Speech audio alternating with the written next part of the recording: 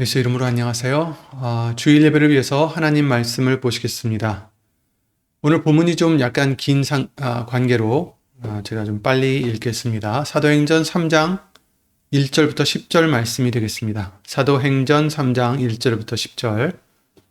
제9시 기도 시간에 베드로와 요한이 성전에 올라갈새 나면서 안진뱅이 된 자를 사람들이 메고 오니 이는 성전에 들어가는 사람들에게 구걸하기 위하여 날마다 미문이라는 성전 문에 두는 자라. 그가 베드로와 요한이 성전에 들어가려 함을 보고 구걸하거늘 베드로가 요한으로 더불어 주목하여 가로되 우리를 보라 하니 그가 저희에게 무엇을 얻을까 하여 바라보거늘 베드로가 가로되 은과 금은 내게 없거니와 내게 있는 것으로 내게 주노니 곧 나사렛 예수 그리스도의 이름으로 걸으라 하고 오른손을 잡아 일으키니 발과 발목이 곧 힘을 얻고 뛰어 서서 걸으며 그들과 함께 성전으로 들어가면서 걷기도 하고 뛰기도 하며 하나님을 찬미하니 모든 백성이 그 걷는 것과 및 하나님을 찬미함을 보고 그 본래 성전 미문에 앉아 구걸하던 사람인 줄 알고 그의 당한 일을 인하여 심히 기이 여기며 놀라니라. 아멘. 말씀과 예배를 위해서 예수 이름으로 기도를 드리겠습니다. 예수의 이름으로 신 전지전능하신 하나님, 오늘도 우리에게 긍휼을 입혀주시고 은혜를 베풀어 주셔서 예수님 말씀을 듣게 해주시며 말씀 속으로 진리 가운데로 인도해 주심을 예수의 이름으로 감사를 드립니다. 사람의 말 되지 않도록 예수의 이름으로 보내신 성령님께서 모든 것을 주관해 주실 것을 간구드리며 모든 기도 주 예수 그리스도의 이름을 힘입어 기도를 드립니다. 아멘. 아멘. 지난 금요 예배 말씀 중에 우리에게 신명기 15장 말씀을 주셨죠. 다시 한번 읽어보면 11절 땅에는 언제든지 가난한 자가 그치지 아니하겠으므로 내가 네게 명하여 이르노니 너는 반드시 네 경내 네 형제의 곤란한 자와 궁핍한 자에게 내 손을 펼지니라 이렇게 말씀을 하십니다. 손을 펴라. 움켜쥐지 말고 펴라. 그렇게 말씀해 주셨죠. 하나님이 내가 네게 명하여 이르노니 하시면서 아주 분명하게 말씀해 주셨습니다. 그런데 이 말씀을 들으면 하나 궁금한 게 있을 수 있어요. 손을 펴라고 하셨는데 그 펴는 우리의 손에는 무엇이 있어야 하는 걸까? 신명기 15장 이 말씀은 물질에 관해 말하고 있습니다. 그 앞절을 보시면 이렇게 되어 있어요. 7절부터 8절 내 하나님 여호와께서 내게 주신 땅 어느 성읍에서든지 가난한 형제가 너와 함께 거하거든 그 가난한 형제에게 내 마음을 강팍히 하지 말며 내 손을 움켜쥐지 말고 반드시 내 손을 그에게 펴서 그 요구하는 대로 쓸 것을 넉넉히 구워주라. 쓸 것을 넉넉히 구워주라 하십니다.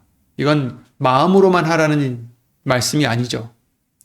곡식이든 옷이든 돈이든 손에 실제로 쥐고 있는 것을 펴라고 해주신 말씀이죠.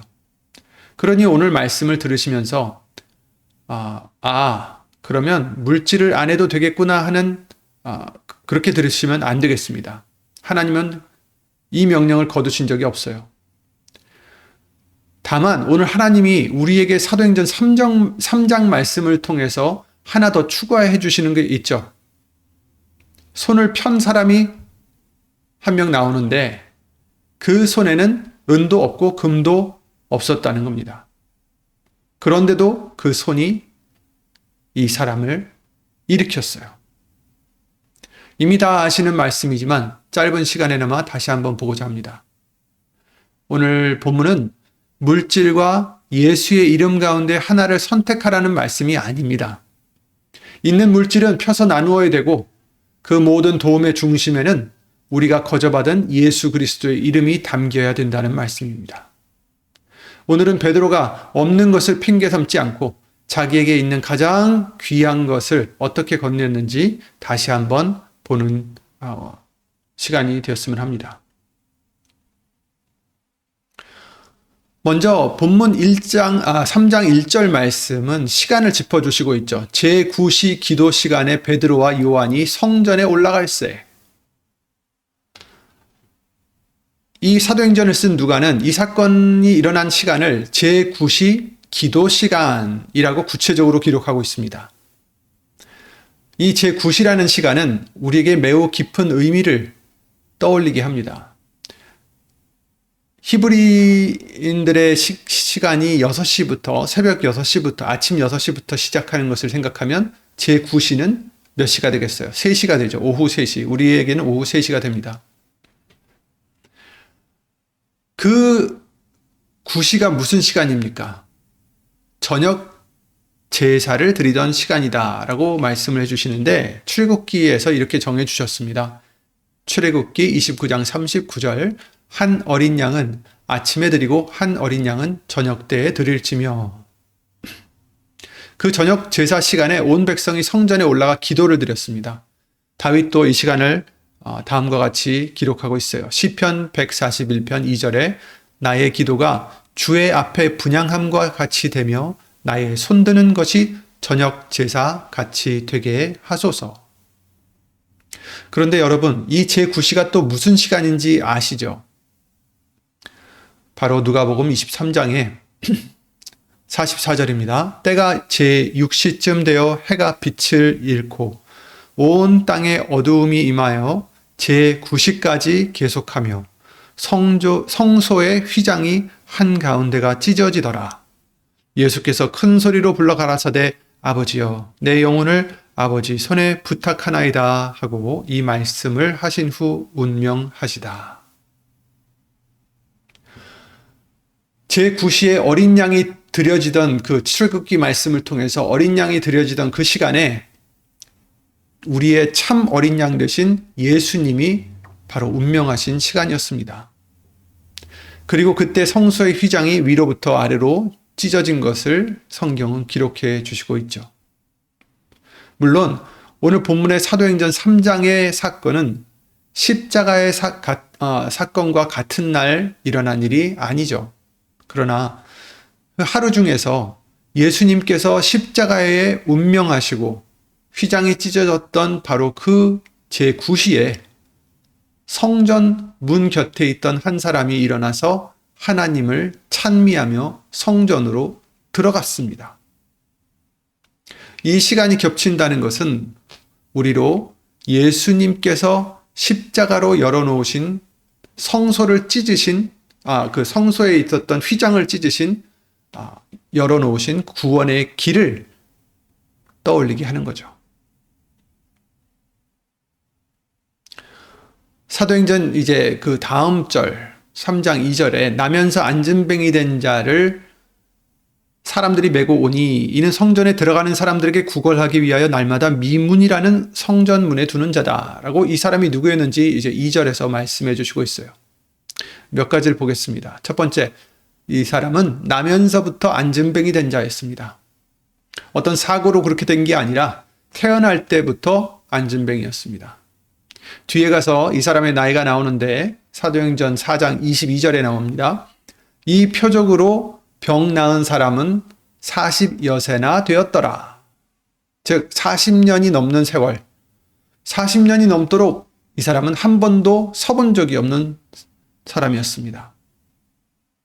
또 두 번째, 사람들이 메고 왔다라고 말씀해 주시고 있어요. 스스로 온 게 아니라 누가 메고 와서 놓고 갔다는 거예요. 그리고 저녁이 되면 또 누가 그 사람을 메고 갔겠죠. 세 번째, 그는 날마다 미문이라는 성전 문 곁에 놓여 있었습니다.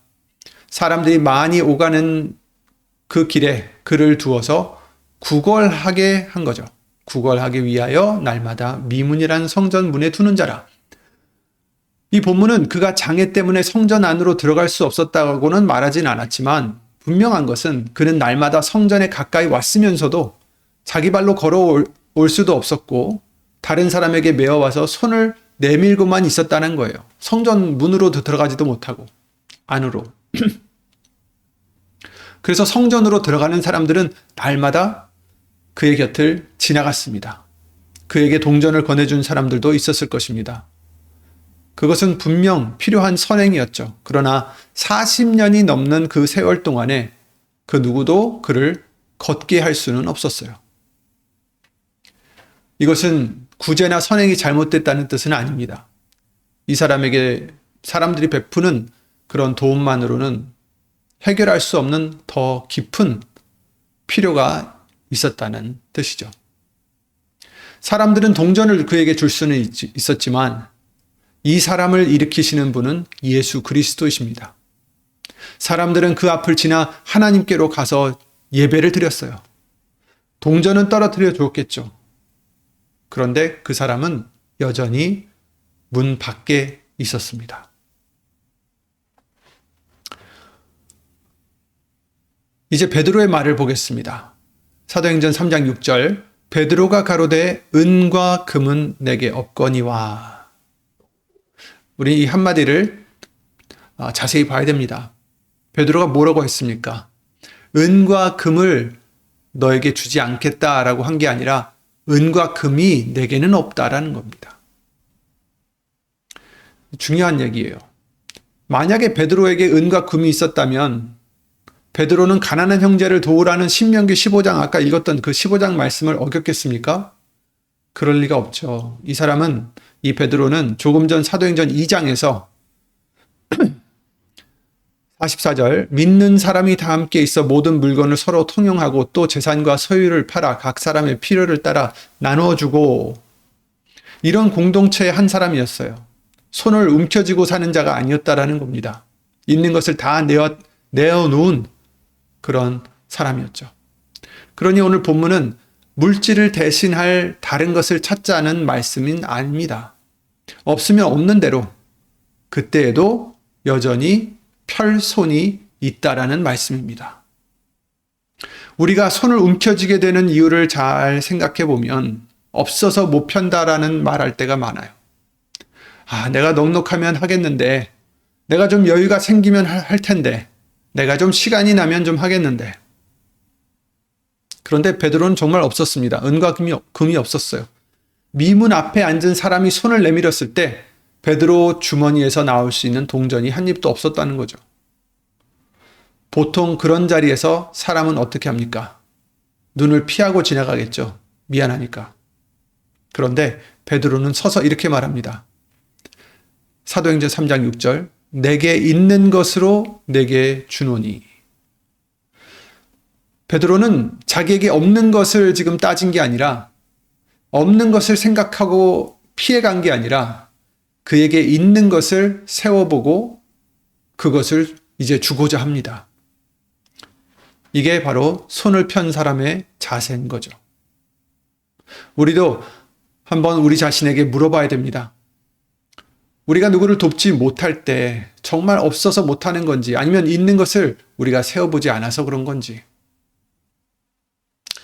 네 번째, 내게 있는 것. 내게 있는 것이 뭘까요? 베드로에게 있는 것이 무엇이었습니까? 곧 나사렛 예수 그리스도의 이름으로 걸으라. 예수의 이름이죠. 여기서 말하는 이름은 주문처럼 어떤 소리만을 정확히 내는 것을 뜻하지 않죠. 성경에서 이름이라는 것은 그분 자신과 그분의 권세와 그분이 이루신 일을 통틀어서 나타내는 것입니다. 그러므로 베드로가 나사렛 예수 그리스도의 이름을 부른 것은 자기 안에 계신 특별한 능력을, 자기 안에 있는 특별한 능력을 사용한 게 아니에요. 바로 십자가에 죽으시고 다시 살아서 지금도 일하시는 예수님의 권세를 의지한 것입니다. 그래서 사람들이 베드로와 요한을 주목했을 때 베드로는 곧 이렇게 말했습니다. 12절 이스라엘 사람들아 이 일을 왜 기이히 여기느냐. 우리 개인의 권능과 경건으로 이 사람을 걷게 한 것처럼 왜 우리를 주목하느냐. 베드로에게 있는 것은 베드로 자신의 능력이 아니었습니다. 그가 거저받고 의지하던 바로 예수의 이름이었죠. 여러분, 이제 우리가 한번 우리 스스로에게 정직하게 돌아봐야 됩니다. 여러분, 우리에겐 뭐가 있습니까? 내가 남에게 확실하게 줄 수 있는 것이 무엇입니까? 물질은 있다가도 없어집니다. 건강도 그렇고 시간도 그렇고 자리도 그렇습니다. 오늘 있다가 내일 없어질 수 있는 것들입니다. 자녀에게 물려주고 싶은 것들도 꼽아보아도 하나같이 우리 손에서 빠져나가는 것뿐입니다. 그런데 우리가 예배당에서 오랜 세월 붙들어온 예수의 이름은 있다가 없어지는 것이 아닙니다. 사도행전 4장 12절 다른 이로서는 구원을 얻을 수 없나니 천하인간의 구원을 얻을 만한 다른 이름을 우리에게 주신 일이 없음이니라 하였더라. 아멘. 주신 일이 없습니다. 다른 이름을 주신 적이 없다 말씀하십니다. 그런데 이걸 반대로 생각하면 예수의 이름은 주셨다라는 말씀이죠. 우리에게는 예수 이름을 주셨습니다. 하나님께서 우리로 구원을 얻도록 주신 이름은 오직 예수 그리스도의 이름입니다.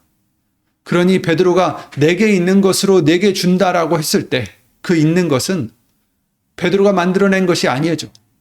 받은 이름입니다. 받은 거였어요. 받았기 때문에 줄 수 있었던 거예요. 우리에게 주신 예수의 이름. 여러분에게 주신 예수의 이름. 고린도전서 4장 7절 보시면 누가 너를 구별하였느뇨?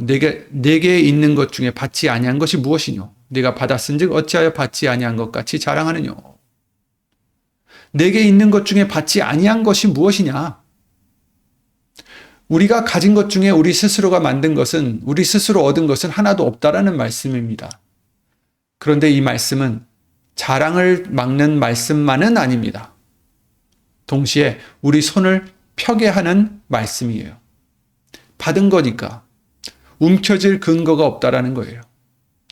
예수님께서도 제자들을 보내시면서 똑같이 말씀해 주셨습니다. 마태복음 10장 8절에 병든 자를 고치며 죽은 자를 살리며 문둥이를 깨끗하게 하며 귀신을 쫓아내되 너희가 거저 받았으니 거저 주어라.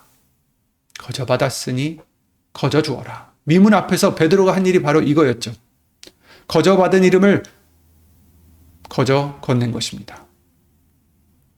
그리고 이 예수의 이름은 아무리 우리가 건네드려도 줄어들지 않습니다. 은과 금은 주면 내 손에서는 없어지잖아요. 그런데 예수의 이름은 전하면 전할수록 내 안에서 더 분명해집니다. 그래서 하나님이 우리에게 주신 것 중에 가장 후하게 우리가 손을 펼 수 있는 것이 바로 이 예수의 이름인 것입니다. 우리는 믿음을 주는 자가 아니라 이름을 건네는 자예요. 여기서 우리가 이것을 조심해야 됩니다. 이 사건을 우리가 보면 이렇게 생각하기가 쉬워요. 아, 베드로가 저 사람에게 일어날 수 있는 믿음을 주었구나. 나도 누군가에게 믿음을 주는 사람이 되어야 되겠구나. 마음은 좋습니다. 그런데 본문에는 그렇게 나와 있지 않아요. 16절 말씀을 보시면 그 이름을 믿음으로 그 이름이 너희 보고 아는 이 사람을 성하게 하였나니 예수로 말미암아 난 믿음이 너희 모든 사람 앞에서 이같이 완전히 낫게 하였느니라. 아멘. 이 한 절 안에 답이 있어요. 첫 번째, 낫게 한 것은 그 이름이다 라고 말씀하십니다. 그 이름이 이 사람을 성하게 하였나니. 아멘. 베드로의 손이 그 사람을 낫게 한 게 아니라는 것입니다. 이름이 했다라고 하십니다. 사람들은 베드로의 손이 한 줄 알고 베드로를 바라봤죠. 그러나 이름이 낫게 했다. 예수의 이름이 이 사람을 성하게 했다. 또 두 번째, 이 일을 통해서 나타난 믿음의 근원도 다름 아닌 예수님이십니다. 본문은 그것을 예수로 말미암은 믿음이라고 말하고 있죠. 이 사람은 처음부터 걷게 해달라고 구하지도 않았어요. 5절 말씀을 보면 그는 베드로와 요한에게서 무엇을 얻을까 하여 바라보고 있었습니다. 그리고 구하기 위하여 동전을 이제 구하려고 거기에 이제 놓여진 거였죠. 동전을 기대하고 있었던 사람입니다. 그러므로 베드로도 이 사람도 이 일을 자기의 믿음의 힘이나 공로로 돌릴 수 없습니다. 사람을 온전하게 한 믿음까지도 예수로 말미암았던 거죠. 우리는 사람 안에 믿음을 만들어 넣어주는 자가 아닙니다. 우리는 그저 말씀을 심고 예수 그리스도의 이름을 분명하게 전할 수는 있어요. 그리고 그 말씀을 통해서 믿음을 일으키고 자라게 하시는 분은 하나님이십니다. 예수님이세요. 고린도전서 3장 6절에 그랬죠. 나는 심었고 아볼로는 물을 주었으되 오직 하나님은 자라나게 하셨나니. 아멘. 그러니 우리가 혹이라도 전도를 할 때, 그 전도가 안 될 때, 내 자녀가 돌아오지 않을 때, 오래 기도한 그 사람이 여전히 그 자리에 있을 때, 우리가 무너질 이유도 없다는 것입니다. 믿음을 만들어내는 일은 처음부터 우리 몫이 아니었기 때문입니다. 우리 몫은 손을 펴는 거고 그 손에 예수의 이름을 담아서 건네주는 것입니다. 바울이 이 일을 이렇게 정리해 줍니다. 로마서 10장 17절에 그러므로 믿음은 들음에서 나며 들음은 그리스도의 말씀으로 말미암았느니라. 아멘. 믿음은 들음에서 난다. 그럼 들려주는 사람이 있어야겠죠. 그런데 바로 그 앞절에서 그걸 물으셨어요. 로마서 10장 14절에 그런즉 저희가 믿지 아니하는 일을 어찌 부르리요 듣지도 못한 일을 어찌 믿으리요 전파하는 자가 없이 어찌 들으리요. 믿음을 만드는 것은 우리가 아니지만 들려주는 일은 우리에게 맡기셨어요.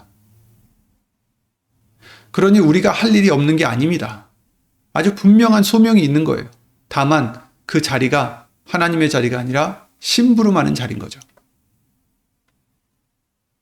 그러면 이름을 건넨다는 것이 구체적으로 무엇일까? 본문에 자세히 말씀해 주십니다. 첫 번째, 베드로가 요한으로 더불어 주목하여 가로되 우리를 보라 하니 그 사람을 주목했다라고 지금 말씀하고 있어요. 지나가면서 그냥 곁눈으로 훑어본 게 아니라 서서 그 사람을 똑바로 본 겁니다. 그리고 우리를 보라 합니다. 이 사람은 구걸하는 자리에 오래 40년 동안 정말 평생을 있으면서 사람 얼굴을 안 보는데 아마도 익숙해졌을 것입니다. 손만 보고 있었겠죠. 그런데 베드로가 얼굴을 들게 만듭니다. 우리는 우리 곁에도 날마다 이런 자리에 있는 사람이 있지 않을까 싶습니다. 너무 익숙해서 이제는 보이지도 않는 그런 사람들. 손을 펴는 일은 그 사람을 다시 보는 데서 시작되지 않을까 싶습니다.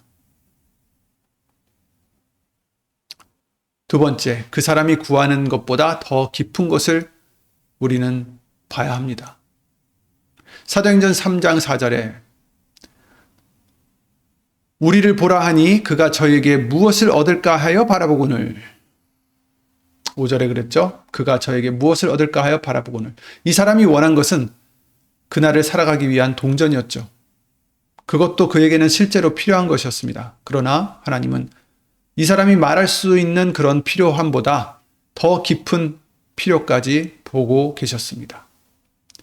그는 걷는 회복이 필요했고 그보다 더 깊게는 하나님을 찬미하는 예배자로 일어설 필요가 있었던 것입니다. 그는 자기가 구할 수 있는 것을 구했지만 예수님은 그가 감히 구할 생각조차 하지 못했던 그것까지도 주셨습니다. 베데스다 목가에 있었던 사람에게 예수님이 하시던 말씀이 있죠. 38년 된 병자에게 네가 낫고자 하느냐? 요한복음 5장에 물으셨습니다. 그 사람이 대답이 무엇이었습니까? 나를 못에 넣어줄 사람이 없습니다. 그는 여전히 못만 바라보고 있었어요. 저 못에만 들어가면 내가 날 텐데. 바로 그 눈앞에 그를 고치실 분이 서 계셨는데도 말이죠.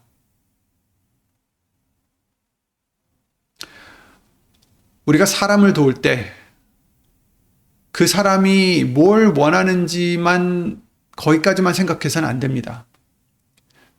왜냐하면 하나님은 그가 미처 구하지도 않은 더 놀라운 그 필요까지도 보고 계신 거죠. 예수님을 주시고자 하는데 우리는 그저 이 병이 낫게 해주세요. 또 어떤 재정 문제가 없게 해주세요. 이런 것을 구할 때가 있다라는 거죠. 우리는 로마서 8장 말씀같이 구할 바를 알지 못하는 그런 사람들입니다. 그러나 우리 안에 계신 성령님께서는 말할 수 없는 탄식으로 우리를 위하여 친히 간구하신다. 하나님의 뜻대로 간구하신다라고 말씀해 주셨어요.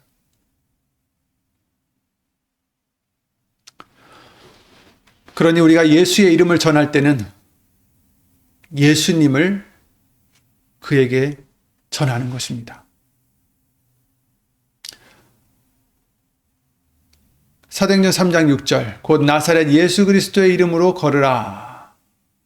나사렛 예수 그리스도의 이름. 이 이름을 흐리지 않았어요. 하나님의 힘으로 걸어라도 아니고 위에 계신 분의 뜻으로 걸어라도 아니었습니다. 그냥 이름을 그대로 불렀습니다. 나사렛 예수 그리스도의 이름으로 걸어라. 우리가 사람들 앞에서 자주 예수의 이름을 흐릴 때가 있습니다. 부담스러우니까. 너무 종교적 같으니까. 그냥 좋은 일 있으시기 바랍니다. 이 정도로 끝날 때가 있죠. 이런 막연한 선의만으로는 구원의 주인이 누군지 제대로 전해지지 않습니다. 구원의 복음을 전할 때에는 나사렛 예수 그리스도와 그분의 십자가와 부활, 그 이름을 분명히 말해야 합니다. 능력이 이름의 발음 자체에 있다는 것이 아니라 그 이름의 주인이신 살아계신 예수님께 있다는 것이고 그 예수님을 분명하게 나타내야 한다는 거죠. 베드로가 뒤에 가서 관원들 앞에 섰을 때도 똑같이 말했습니다. 사도행전 4장 10절 너희와 모든 이스라엘 백성들은 알라. 너희가 십자가에 못 박고 하나님이 죽은 자 가운데서 살리신 나사렛 예수 그리스도의 이름으로 이 사람이 건강하게 되어 너희 앞에 섰느니라. 잡혀가서도 이름을 흐리지 않았습니다. 감추지 않았어요. 예수의 이름밖에 줄 것이 없는 사람이었기 때문입니다. 우리가 잘 배워서 알듯이 이 예수의 이름은 마음에 믿고 입으로 시인하여 된다라고 로마서 10장 10절에 말씀해 주셨습니다. 구원에 이른다. 마음 안에만 있고 입 밖으로 안 나오면 남에게 건네줄 수 없는 거죠. 안 밖으로 다 그 역청이 발라져 있어야 된다라고도 말씀해 주셨습니다. 그리고 그는 손을 내밀어 잡았습니다. 오른손을 잡아 일으키니 발과 발목이 곧 힘을 얻고 라고 말씀해 주십니다. 말만 하고 돌아서지 않았던 거죠. 손을 잡았습니다. 이름을 건네는 일이 입으로만 되는 일이 아닌 거죠. 신명기 15장 그 펴는 손이 여기서 그대로 이어집니다. 손을 펴서 잡아 일으키는 데까지 베드로는 했습니다. 이 대목은 다음 예배 때 다시 살펴보기로 하고 결말을 보겠습니다. 사도행전 3장 8절에 뛰어서서 걸으며 그들과 함께 성전으로 들어가면서 걷기도 하고 뛰기도 하며 하나님을 찬미했다. 성전으로 들어갔습니다. 본문은 이 사람이 이전에 성전 안에 한 번도 들어가지 않았다라고 말한 적은 없어요. 그런데 분명히 이 날은 다른 날들과 달랐을 것입니다. 다른 사람에게 매어봐서 문 앞에 맨날 이렇게 놓이던 사람이 이제 자기 발로 일어서고 그뿐 아니라 손을 내밀어 받기만 하던 그 사람이 이제는 하나님을 찬미하며 예배하는 그 자리로 들어갔습니다. 예수의 이름이 그 사람을 단지 걷게만 한 게 아니라 하나님 앞에 서는 예배자로 만드는 것입니다.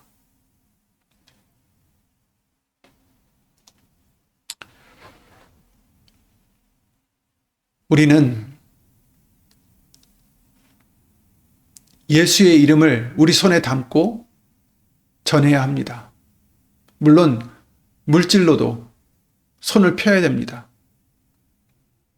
그런데 은과 금이 없는 날이 있어요. 내게 있는 것으로 내게 주노니. 내가 줄 것이 정말 아무것도 없는 날 같은 날이 있습니다. 그 중에도 우리 손에 무엇이 있다고 말씀해 주시는 거예요. 우리에게는 우리에게 주신 이름, 곧 예수의 이름이 있습니다. 우리가 노력해서 얻은 것도 아니고 거저받았고 또 빼앗기지 않고 아무리 나눠 주어도 줄지 않는 그 예수의 이름이 있습니다. 그러니 우리 것을 더 이상 움켜쥐지 마시고 마음을 강팍해 하지 마시고 우리 손을 거두지 마시기 바랍니다. 그리고 그 펴는 손에는 그 무엇보다도 예수의 이름을 담아 전하는 우리가 되시기 바랍니다.